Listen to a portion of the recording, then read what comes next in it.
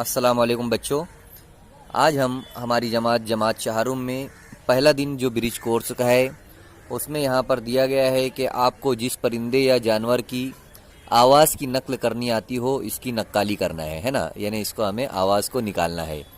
तो आइए हम यहाँ पर सबसे पहले एक परिंदा है जैसे कोयल, उसकी आवाज़ किस तरीके से आती है वो देखेंगे हम लोग। यहाँ पर एक बच्ची आपको आवाज़ निकाल कर बताएगी। इस तरीके से आवाज़ आती है कोयल की। उसके बाद अगर हम देखेंगे कौवे की आवाज़, तो कौवे की आवाज़ देखिए, काऊ काऊ। हाँ इस तरीके से जो है तो कौवे की भी आवाज़ आती है। फिर हम लोग जानवरों में भी देख सकते हैं, जानवरों में जैसे बिल्ली की म्याऊ म्याऊ। म्याऊ म्याऊ जो है तो ये बिल्ली की आवाज़ हो जाती है।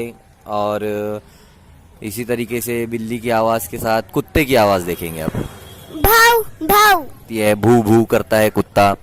तो इस तरीके से हम अलग अलग जानवरों की, परिंदों की जो है तो आवाज़ निकाल कर लुत्फ अंदोज़ी के साथ जो है तो उसे एंजॉय करते हुए जो है तो हमें वो आवाज़ें यहाँ पर निकालना है। उम्मीद करता हूँ कि आप लोगों को समझ में आया होगा। अल्लाह हाफिज़।